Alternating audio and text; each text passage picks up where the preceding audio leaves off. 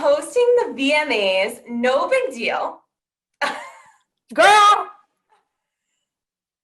How excited are you for this gig?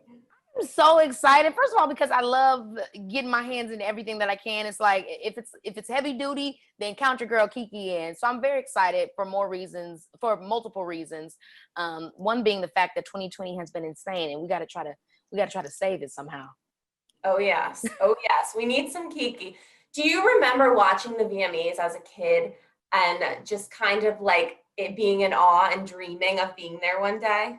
The VMAs, or even just the MTV, like that, all of that growing up for me was absolutely iconic.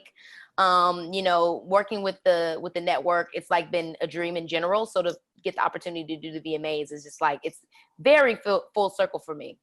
Yeah. Well, we've loved watching your career from the beginning. I'm going to take you on a little fashion flashback quickly. Do you remember this one? Oh yes, honey. Yes, that was for the governor's ball for Yes. Hustlers. We did that.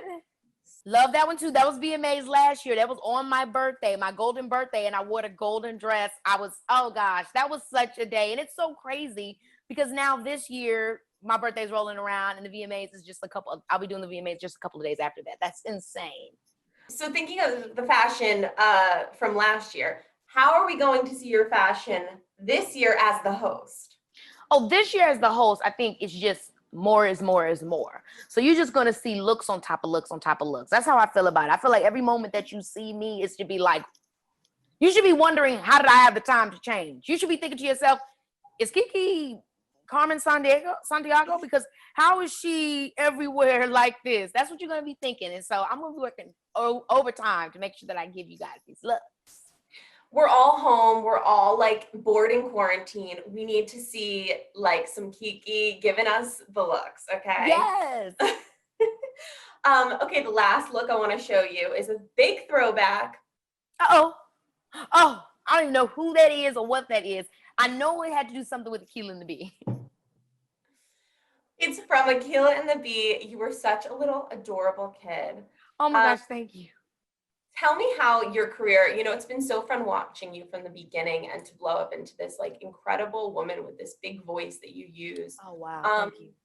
Tell me what it's been like for you to evolve from that little girl in Aquila to the Bee to then Hustlers, badass woman on the pole. Right, exactly. It's been such a long journey. I think it's just really life, right? I've always loved entertainment.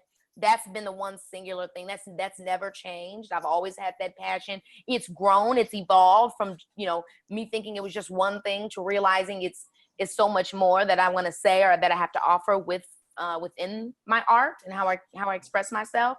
But personal journey has been just probably as specific as anybody's. I've gone through my own personal changes of accepting myself or hormonal. My skin is, having acne, getting through that, and just how those different things like have affected me and formed who I am. I don't regret or wish any of it was any different. I think all of it was necessary, and in all the ups and downs that I continue to go through, I think they'll all be necessary for the next chapter. You posted, I love that by the way, but you posted the cutest photo of you. It was a clip of you with William H. Macy in a film you did. And you said that you talk so much on set that they included one of the stories. When you look at that little girl, is that the same girl we see today? It is. It's the same girl. And that's why it's so funny, but I'm just more aware of myself now. But that's literally, I've always been the same person, but just like, you know what I mean? Like, I've obviously grown. Like I said, I've, matured in some ways, but my spirit is still the same. Like, I'm really just that talkative, old lady, young person. And for whatever reason, that's always been me. It was so cute. You have really become the voice of a generation right now. You are leading us. And where do you find that strength, and why is it so important for you to speak up and to lead young people today? I don't think I'm any different than many of my people in my generation, they maybe just don't have the platform to have the opportunity to say the things that I'm saying. And I think that's why it's important.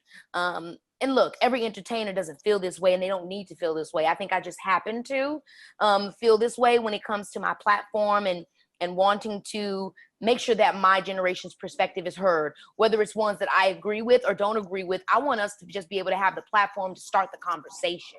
And that's why I think I take so much of that quote unquote responsibility when it comes to putting myself out there like that publicly, is because I want our generation to know like that we deserve to be in these spaces and we deserve to be able to have these conversations. And if we want to host a daytime talk show, we could do that because our perspectives are now the leading perspectives on many things that are going on today. So, it's to empower us and to make us feel like we deserve to be heard, because we do. Yes. Before I let you go, recently there has been a big push to make sure Black actors and actresses have their needs met in the hair and makeup departments on set. Yeah. Is this something you have had difficulty with in the past, and how important is it that we see more representation in this area?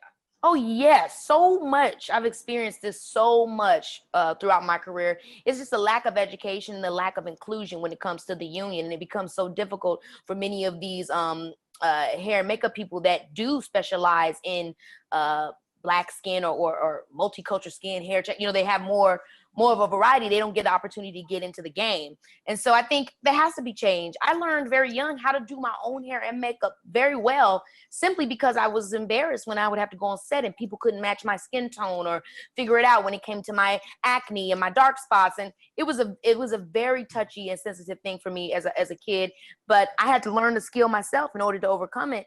So now people are talking about it in the forefront, and that's great. But at the end of the day, you make work what you need to make work. I'm now, thankfully, I get the opportunity to help a lot of the people that I love, hair and makeup, become a part of the union. But I think it's, people are coming on to it. It's becoming more of an obvious issue and thing we're discussing. And all we can hope is that continues and creates the place for change.